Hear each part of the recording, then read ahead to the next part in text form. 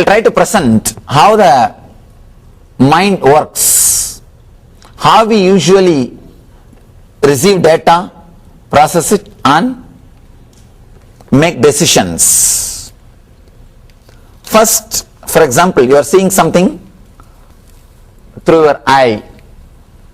You receive information through 5 senses, not only through the eye, through ears, through smell, through touch, through taste. You receive information. I am taking the example of eye. First, you see something. Well, let's take the example of this moment. You are seeing me. You are seeing me. Immediately the file goes to a space called Chakshu. It's just like a DSP, digital signal processor. Whatever you are seeing through the eye, it is converted as biosignal. Just like a digital signal, whatever you are seeing through the eyes is converted into a signal. And that file moves to a space called Chitta. In Sanskrit we call it as Chitta. It's just like memory. The process of identification starts. For example, if you are seeing me, seeing this scene, the whole file goes to DSP, Chakshu.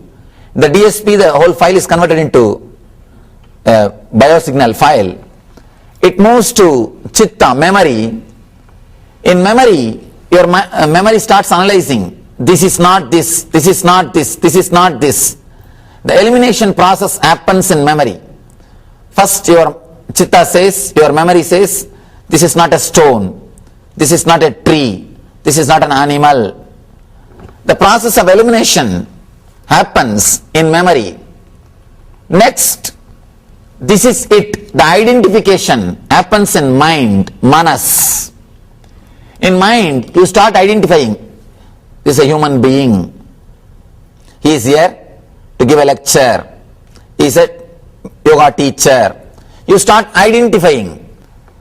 Then the file moves to the space what I call ego. The decision making. In ego, you start thinking, what way I am connected to this person or this situation. If your past experiences with other yoga teachers, if it is nice, beautiful, you decide to sit and listen.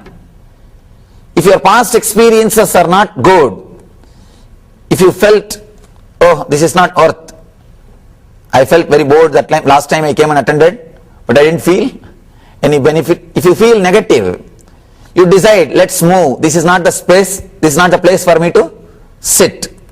Ego decides based on your past experiences. This is the way your mind functions. First,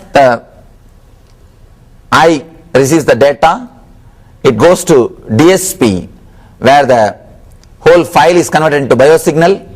The signal goes to memory. In memory, this is not, the elimination process starts. Then the whole file goes to mind. Identification happens. After that, what I have to do, what way I am supposed to respond, happens in the ego level. Then you make the decision, your body executes the decision. This is the way decisions are made. Now, important thing which we need to understand, at some level the decision is taken unconsciously. If the process happens like this in a straightforward way, you will not have any problem. Things will go really smooth in your life. Everything will be clear, straight. But always this process doesn't happen in this straightforward way. Sometimes things starts happening in unconscious way. For example, if you are hurt or disturbed by somebody who was wearing blue dress, blue color cloth, the moment you see me, unconsciously that memory will be awakened. You can see in your life. If you are hurt or disturbed in a particular place, or a person who is wearing particular color dress, next time when you come to that place, even if that person is not there, or next time when you see a person who is wearing that same color cloth, Even if you know logically or consciously, this person or this place is nothing to do with my past experience, you will undergo the same old low mood. You will have that same memory again in your mind. You will again have the same experience. This is what I call samskara, means engraved memory. Here, in this space, we have all these engraved memories, samskaras. These engraved memories distort or disturb your decision-making capacity. See, logically, sometime the whole process, actually this process is logical, which happens consciously, straightforward process. From I to mind, it's a straightforward process. It is just logical process.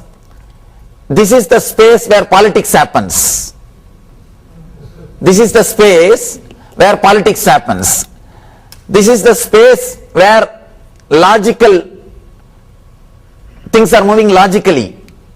This is the space where the past memories or the engrams are sitting and you don't even know what decisions you are making. Just because you have been hurt by somebody who was wearing blue dress, blue color cloth, the moment you see me, that same mood will be awakened in you and you will decide not to sit. The feeling of being suffocated or the uncomfortable feeling will start. Somehow, for no reason, you will feel like, I think this is not for me. You will not have patience or intelligence to wait. Let me give you one more small example. Logically or consciously, if you analyze, all of you know smoking is injurious to health.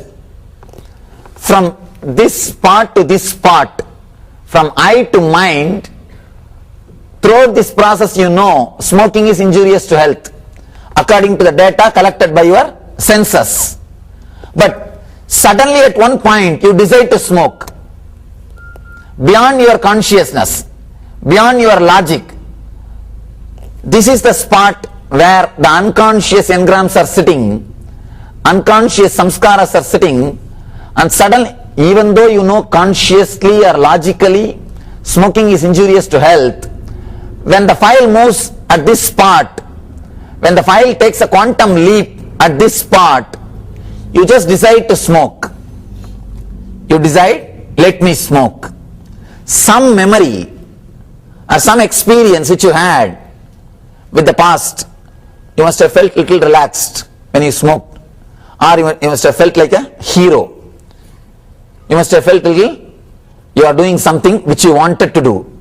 Some satisfaction, some engram is associated with that smoking habit. So suddenly, because of these engrams, you decide to smoke even if you know consciously the smoking is injurious to your health. Same way, many times in your life, even if you know consciously what is right, simply unconsciously you decide because of the engrams. Your life is under the control of unconscious engrams. It is not under your control. You may be thinking you are taking all the decisions, but simply your unconscious engrams are taking the decisions. The other day I went to one of my friend's house. There I saw a beautiful one-liner in the living room. I am the boss of this house. I have my wife's permission to say so. Same way, you may be thinking you are a boss, but your unconscious engrams are they are only leading you, they are only guiding you. As long as you are caught by your unconscious engrams, unconscious samskaras, you can never achieve the state of a leader. You may achieve the status of a leader with a lot of struggle, suffering.